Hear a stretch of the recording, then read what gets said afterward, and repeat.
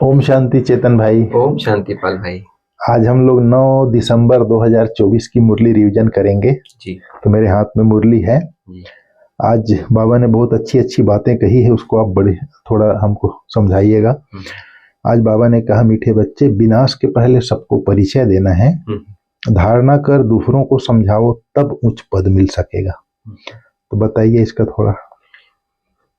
क्योंकि यदि विनाश के पहले यदि बाप का परिचय नहीं मिलेगा आत्माओं को, तो दुख अशांति में जो आत्माएं हैं वो तड़पती रहेंगी, और भगवान ही गति सदगति करने वाला है। यदि उनका परिचय ही नहीं मिलेगा तो गति सदगति कैसे होगी। और बाबा ने दूसरी बात ये कहा कि यदि दूसरों को केवल ऐसा ही नहीं समझाना है, पहले ज्ञान को समझना है, धारण करना है, फिर समझाते हैं, तब दूसरों पर प्रभाव पड़ेगा। इसलिए बाबा कहते हैं विनाश के पहले सबको परिचय मिल जाए, ये भावना रहनी है कि भगवान इस धरा पर आ चुका है, और इस ज्ञान को और योग को अपने में स्वयं में धारण करके तो दूसरों को समझाते हैं, तो उसका तीर भी लगता है, आत्माओं को अंदर दिल तक पहुंचता है। इसलिए बाबा ने कहा। ओके, बहुत अच्छी बात बताई आपने। मतलब दुख की दुनिया जाने वाली है, सुख की दुनिया आने वाली है, इसलिए बाप का परिचय, जो सुख का मार्ग बताने वाला है, उसका परिचय देना है, लेकिन अपने जीवन में धारण करके तब दूसरों को। आज बाबा ने प्रश्न में बोला है, राजयोगी स्टूडेंट को बाप का डायरेक्शन क्या है। तो इसमें 3-4 पॉइंट है। बाप का बनकर और किसी से दिल नहीं लगाना है। तो बाप का यदि भगवान का हम बन जाते हैं, भगवान को हमने दिल दे दिया, भगवान का बन गए, भगवान का बनकर इतनी बड़ी ऊंची अथॉरिटी का बनकर फिर हम दूसरी देहधारी पतित मनुष्यों के साथ दिल लगाए तो कैसा लगेगा। तो इसलिए यदि एक भगवान का यदि बन गए हैं तो उन पे ही, उनको ही याद करना है, उनकी ही श्रीमत पर चलना है, उनसे ही प्रेम करना है, उनसे ही लगाव रखना है, उनसे ही मोहब्बत रखना है, तो मेहनत से छूट जाएंगे, औरों से दिल लगेगी नहीं। वेरी गुड, बहुत अच्छी बात बताई। सबसे अच्छा दिल वाला जब मिल गया तो उससे कम कैटेगरी वालों से क्यों दिल लगाना। अच्छी बात बताई आपने। फिर बाबा ने कहा, जैसे बाप आता है तो प्रतिज्ञा करते हैं, प्रतिज्ञा करके पतित नहीं बनना है। बाबा बोला, ऐसा संपूर्ण पावन बन जाओ जो बाप और टीचर की याद स्वतः निरंतर बनी रहे। एक बाप से ही प्यार करो, उसे ही याद करो, तो बहुत ताकत मिलेगी। इसका भी बताइए थोड़ा। हाँ, क्योंकि यदि हम प्रतिज्ञा करते हैं, जैसे कहा जाता है ना, राम जी के लिए कहा जाता है ना, रघुकुल रीति सदा चली आई, प्राण जाए पर वचन न जाए। माना शास्त्रों में लिखा है कि कुछ भी हो जाए, कुछ भी त्याग करना पड़े, लेकिन प्रतिज्ञा को कभी वो नहीं तोड़ते। तो ऐसे ही यदि हम भगवान से प्रतिज्ञा कर लेते हैं, चाहे वो छोटी हो या बड़ी हो, है ना, उसको निभाना ही है। किसी भी प्रकार से यदि प्रतिज्ञा किया है तो निभाना है। यदि पावन बनने की प्रतिज्ञा की है तो पतित कभी नहीं बनना है। और बाबा ने कहा, ऐसा जो यदि हम संपूर्ण पावन बन जाते हैं, पावन बनने का यदि पुरुषार्थ करते हैं, जो बाप और टीचर की याद यदि रहे, निरंतर रहे, क्योंकि जो पढ़ाता है, जैसे जिसे हम वर्षा मिलता है, और जो हमें पढ़ाता है और जो पढ़ाने वाला है, उसकी याद तो निरंतर रहती है। यदि वो स्मृति इमज रूप में रहती है तो निरंतर याद बनी रहती है। और बाबा ने कहा, एक बाप से ही प्यार करना है और किसी की याद नहीं करना है तो ताकत मिलेगी। और किसी को, एक को याद करना है, एक बाप से ही प्यार करना है, तो तब ताकत मिलेगी। क्योंकि संपूर्ण पावन तो एक ही परमात्मा है, दूसरा कोई है नहीं। संपूर्ण दाता कहो, एक ही परमात्मा है। सब अभी लेवता है, जो भी आत्माएं हैं सब लेवता है, चाहे वो पुण्य आत्मा है, धर्म आत्मा है, देव आत्मा है, सब उस परमात्मा से लेने वाली है। तो बाबा ने कहा, जब जो ताकत है, जिसमें पावरफुल है, सर्वशक्तिवान है, यदि उनको याद करेंगे तो ही ताकत मिलेगी, औरों की याद से ताकत खत्म होगी। Very good. कहने का भाव ये है कि एक बाप से ही सब कुछ मिल सकता है। हम दूसरे को याद करते हैं तो हमारा ताकत और रिड्यूस होगा, कम होगा। फिर बाबा ने आज कहा है, ये खेल बड़े मजे का बना हुआ है। जी। इसमें सुख दुख का पार्ट नूंधा हुआ है, इसलिए रोने पीटने की बात नहीं है। बुद्धि में हमेशा रहे कि बनी बनाई बन रही है और बीती का चिंतन नहीं करना है। ये बहुत अच्छा ड्रामा की नॉलेज हम बच्चों को बाबा ने दी है। कल भी मुरली में बाबा ने कहा था, व्यक्त मुरली में, यदि हम करण करावन हार की स्मृति में रहते हैं कि आत्मा इस शरीर द्वारा कर्म करा रही है, मैं आत्मा जैसे लीडर होता है वो अलग होता है, कर्मचारी अलग होते हैं, ऐसे ही ये अनुभव हो कि मैं आत्मा इन कर्म इंद्रियों से, चाहे वो सूक्ष्म है और स्थूल है, दोनों कर्म इंद्रियों से कर्म कराने वाली मैं अलग आत्मा हूँ, लेकिन करण करावन हार मैं हूँ, आत्मा हूँ। तो बाबा ने कहा कि बहुत आनंद आएगा, मजा आएगा। तो ऐसे ही ये ड्रामा है, एक्यूरेट बना हुआ है, इसमें कुछ भी मिस नहीं हो सकता है। इसलिए बाबा कहते हैं यदि कोई ऐसा कर्तव्य भी करता है जो हमें पसंद नहीं है ना, या बुरा लगता है या हमारे हिसाब से नहीं कर रहा है, तो हम इस बात को ये समझे, किसी प्रकार से समझाने की कोशिश करें, कोई बात नहीं, लेकिन जब ये बुद्धि में रहे, ड्रामा यदि याद रहेगा कि भाई उस आत्मा का पार्ट ये है, और कल पहले उसने किया है तो अभी भी कर ही रहा है, करेगा, वो बात नहीं करना है कि भाई कल पहले करेगा, किया होगा तो करेगा, वो गलत ज्ञान हो जाता है। लेकिन यदि उसने इसे कुछ कार्य कर लिया है तो ये रहेगा कि भाई कल पहले भी उस आत्मा का यही पार्ट था, तो उसने किया है, चाहे कोई भी कर्तव्य किया है। तो इसलिए उस बात को हम यदि याद रखेंगे, ड्रामा की पॉइंट याद रहेगी, तो फुल स्टॉप लगेगा।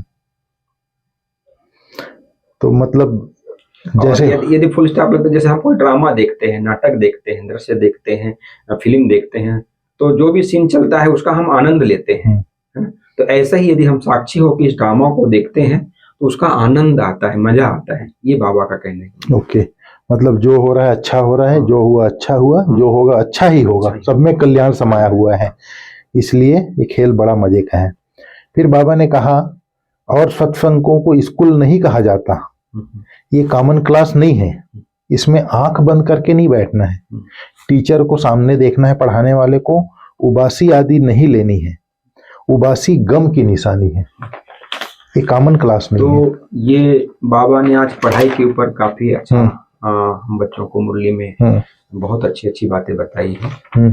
बाबा ने कहा जब तक बाप पढ़ाते हैं, जब पढ़ा रहे हैं तो बाबा की पढ़ाई में ही याद समाई हुई है, ये बाबा ने कहा। और ये पढ़ाई कॉमन नहीं है, अनकॉमन है, क्योंकि पढ़ाने वाला भी विचित्र है, पढ़ने वाली भी विचित्र आत्माएं हैं, चित्रधारी नहीं है। भले साकार रूप में पढ़ रहे हैं, लेकिन इस देह द्वारा पढ़ने वाली और परमात्मा जिस माध्यम से पढ़ा रहा है वो केवल टेम्परेरी लेता है, लेकिन वो भी विचित्र है, जो दिखाई नहीं देता है। पढ़ाई जो प्राप्ति है उसको भी दिखाई नहीं दे रही है, केवल अनुभव कर रहे हैं हम, है ना, अपने आचरण से दिखा रहे हैं, वो अलग बात है, लेकिन इसलिए कॉमन पढ़ाई नहीं है। और ये पढ़ाई स्वयं भगवान पढ़ाते हैं, हम बच्चे पढ़ते हैं, और इस पढ़ाई से ही कमाई होती है ना? उस पढ़ाई में तो जब पढ़ाई करेंगे तब तक कितना खर्च करना पड़ता है, फिर बाद में नौकरी या जो भी कार्य करते हैं उसके आधार पे उनको इनकम होती है। लेकिन बाबा ने कहा है तो पढ़ते ही बाबा की याद भी बनी रहती है, कमाई भी होती है। यदि कमाई है तो उबासी कैसे आएगी? यदि हम उबासी आ रही है, थकावट महसूस हो रहा है, मजा नहीं आ रहा है, भगवान पढ़ा रहा है वो स्मृति नहीं है, तो उबासी आएगी, अलबेलापन आएगा, थकावट होगी, लगेगा कि कब मुरली पूरी हो। और जब मजा आता है, प्राप्ति का अनुभव नहीं हो रहा है, प्राप्ति का अनुभव होता है, जब मजा आता है तो उस खो जाता है, उस परमात्मा प्यार में खो जाता है।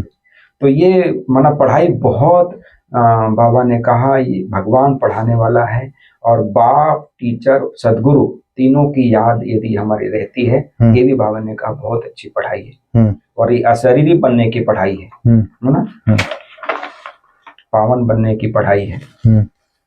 इसमें आंख बंद, जैसे पढ़ाई में आंख बंद नहीं करना है, ऐसे इस पढ़ाई में भी आंखें बंद नहीं होनी चाहिए। इस पढ़ाई से मुक्ति और जीवन मुक्ति दोनों मिल जाती है, ज्ञान से सदगति भी मिलती है। विस्तार तो बहुत है। हाँ।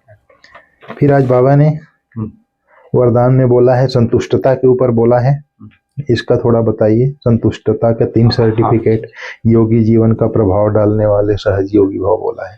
तो बाबा ने कहा संतुष्टता यदि हमारे जीवन में है और यदि हम उसके सर्टिफिकेट लेते हैं, जब संतुष्टता का बाबा ने 3 बातें बताई हैं।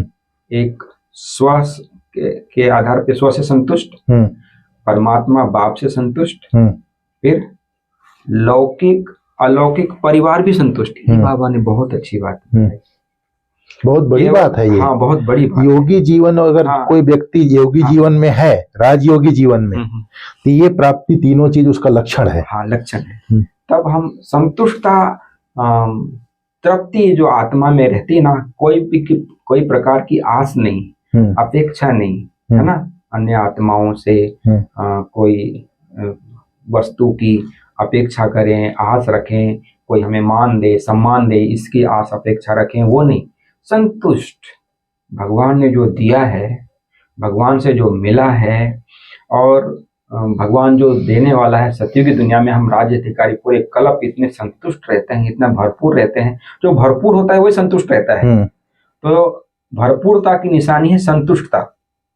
यदि जीवन में भरपूरता होती है तो कहीं भी हमारा लगाव, झुकाव, प्रभाव, टकराव, ये सब चीजें नहीं होता है, और किसी के प्रभाव में नहीं आते हैं, किसी से आस अपेक्षा नहीं रहती है।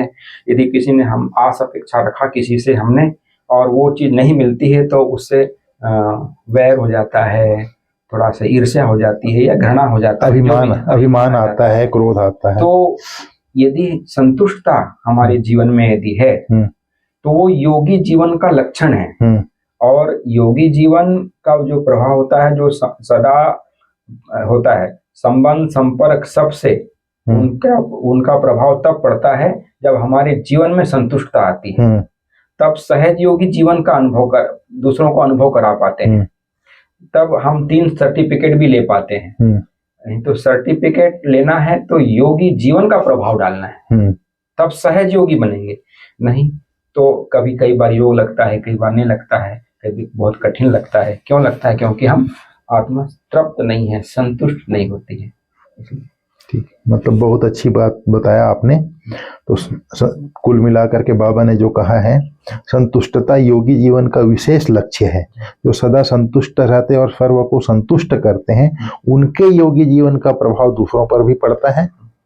जैसे साइंस का साधन, जैसे एसी है, गर्मी के ऊपर प्रभाव डालता है, जैसे साइंस के साधनों का वायुमंडल पर प्रभाव पड़ता है, ऐसे सहज योगी जीवन का भी प्रभाव होता है।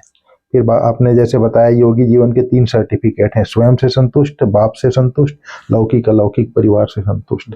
बहुत अच्छा चेतन भाई। आज का स्लोगन है, स्वराज्य का तिलक, विश्व कल्याण का ताज, और स्थिति के तख्त पर विराजमान रहने वाले ही राजयोगी हैं। राजयोगी बहुत बड़ा। बाबा ने राजयोगी के ये लक्षण बताए हैं। जो यदि राजयोगी आत्मा है तो स्वराज का तिलक रहेगा। स्वराज का तिलक मतलब स्मृति रहेगा। कर्म इंद्रियां हमारी सूक्ष्म, मन बुद्धि संस्कार, है ना, और हमारे जो स्थूल कर्म इंद्रियां, ये नहीं कि हमने कुछ भी ऐसा बोल दिया, अरे हमारे मुख से निकल गया, ऐसा नहीं। स्वराज का तिलक, तिलक लगाते हैं ना माताएं, तो यदि हमारे बुद्धि में ये रहेगा कि मैं स्वराज अधिकारी आत्मा हूँ। बाबा ने कल भी कहा था, जो स्वराज अधिकारी अभी रहेगा वही विश्व राज्य का अधिकारी बन पाएगा। तो स्वराज का तिलक यदि लगाते हैं और विश्व कल्याण की भावना रहेगी, तब विश्व कल्याण का ताज हमारे सर पर आएगा। और यदि स्वस्थिति का जो तखत है उस पर हम विराजमान रहेंगे, साक्षी स्थिति की तखत है, उस पर विराजमान रहते हैं, स्वस्थिति में रहते हैं, हमारे अपने स्वमान में रहते हैं। स्वस्थिति मतलब अपने स्वमान में रहते हैं, तब हम राजयोगी बन पाते हैं। माना केवल ज्ञान को सुन लेने से राजयोगी नहीं बन गए हम, राजयोगी ही विश्व राज्य अधिकारी बन। बिल्कुल, तीनों सेंटेंस का आपस में कनेक्शन है। जो स्वराज्य अधिकारी है वो विश्व कल्याण का ताज, विश्व कल्याणकारी भी बनता है, और उसकी स्थिति, स्व स्थिति भी श्रेष्ठ रहती है। मतलब राजयोगी में तीनों लक्षण आ जाते हैं। ठीक है चेतन भाई, बहुत बहुत धन्यवाद आपका। बहुत अच्छा मुरली डिटेल किया आपने।